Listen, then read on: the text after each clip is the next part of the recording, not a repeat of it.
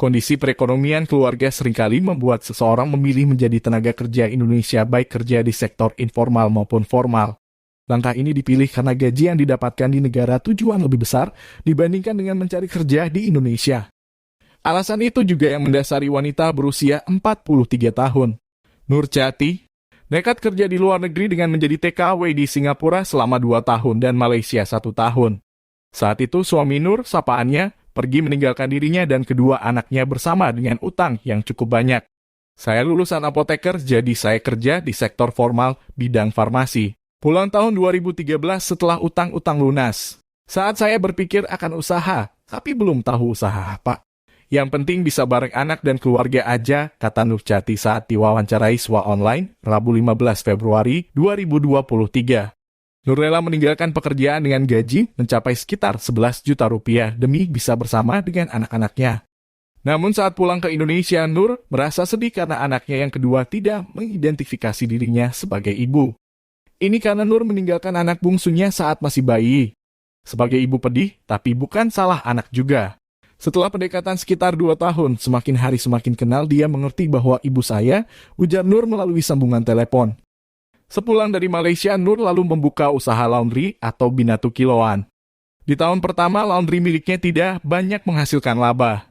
Dia kemudian mengikuti kursus-kursus dan menjual sepeda motor miliknya untuk membayar kursus dan mulai mengembangkan usahanya. Tahun pertama itu usaha laundry enggak banyak berubah. Di tahun kedua baru membuahkan hasil karena saya mengikuti kursus-kursus tentang bisnis, banyak belajar cara bisnis yang baik, kata Nur. Hingga saat ini, jasa Binatu milik Nur berkembang dan tersebar di 5 tempat dan telah membantu 1.000 orang PMI untuk membuka usaha laundry kiloan. Omset usaha laundry mencapai Rp500.000 sampai Rp2 juta per hari. Kalau di tempat-tempat strategis ramai, sasarannya banyak mahasiswa-mahasiswa, jadi buka di dekat lokasi syuting, ada di Bogor juga Jakarta, ucapnya. Di samping menggeluti usaha Binatu, Nur juga merambah usaha produk makanan ringan yang berorientasi ekspor. Ide terjun bisnis ini berasal dari mentornya yang mengatakan, membuat produk itu jangan yang kita mau, tapi produk yang disukai banyak orang. Pada tahun 2015, Nur mengadakan acara pelatihan di BP2MI yang bertema kuliner. Saat mengikuti pelatihan, Nur baru mengetahui bahwa ternyata ada unit usaha yang dapat memberikan keuntungan yang lumayan banyak. Akhirnya Nur memberanikan diri membuka satu unit usaha baru di bidang makanan. Tahun 2015 saya trial and error membuat sebuah produk.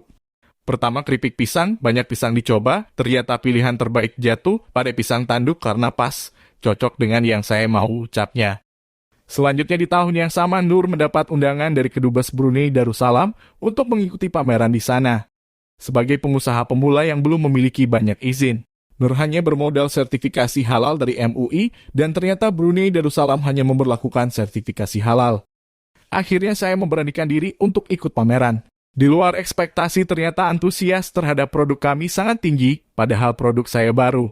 Di sana bertemu banyak investor besar. Salah satunya adalah distributor dari produk Indofood yang akhirnya menjadi partner dan support mulai dari peralatan, mesin, hingga permodalan, ujar wanita kelahiran Jakarta ini. Lalu Nur mulai serius menggeluti usaha makanan hingga melakukan inovasi membuat makanan yang lain selain pisang. Bermodalkan mencari di internet mengenai makanan yang banyak disukai masyarakat global. Nur akhirnya membuat makanan ringan sehat yaitu snack buah-buahan nanas, nangka, dan keripik pisang crispy. Kami menggunakan teknologi penggorengan vakum dalam proses pembuatannya. Teknologi yang hanya menarik kadar air dalam buah-buahan tetapi serat alaminya masih ada, sehingga memberikan manfaat kesehatan pada tubuh dan cocok untuk diet. Inilah yang kami bawa dalam produk kami ke luar negeri, kata Nur. Sebelum ekspor ke Eropa, Nur diminta untuk memperbaiki standar. Nur bercerita bahwa ide dan tujuan untuk bisa ke Eropa sempat tidak disetujui oleh tim karena terlalu tinggi. Nur kokoh dengan beralasan jika kita pasang target tinggi, walaupun tidak, sampai setidaknya kita bisa setengahnya. Kalau targetnya sudah rendah, kita enggak. Naik-naik, ucap Nur menceritakan situasi saat itu. Setelah berusaha, Nur akhirnya direkomendasikan oleh distributor Brunei Darussalam kepada distributor di Belanda dan pada tahun 2016 ekspor keripik buah-buahan Nur dimulai. Nur di bawah naungan CVNN International Nur mengirim keripik dalam bentuk bal dengan neto per sak 5 kg. 2016 kami mulai aktif ekspor ke berbagai negara di Asia seperti Dubai, UEA, Arab Saudi, Qatar, Oman, dan Bahrain.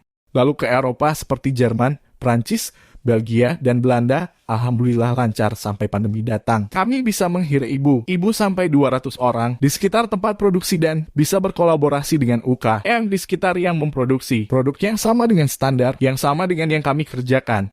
Katanya, alasan mengajak UMKM karena UMKM seringkali tidak bisa memenuhi kuota yang diminta. Kami tahu kapasitas produksi mesin kami berapa waktu menyelesaikan pesanan dalam berapa hari. Alhamdulillah kami bermitra dengan mitra binaan Bank Indonesia yang memproduksi produk yang sama dengan kami, ucap Nur.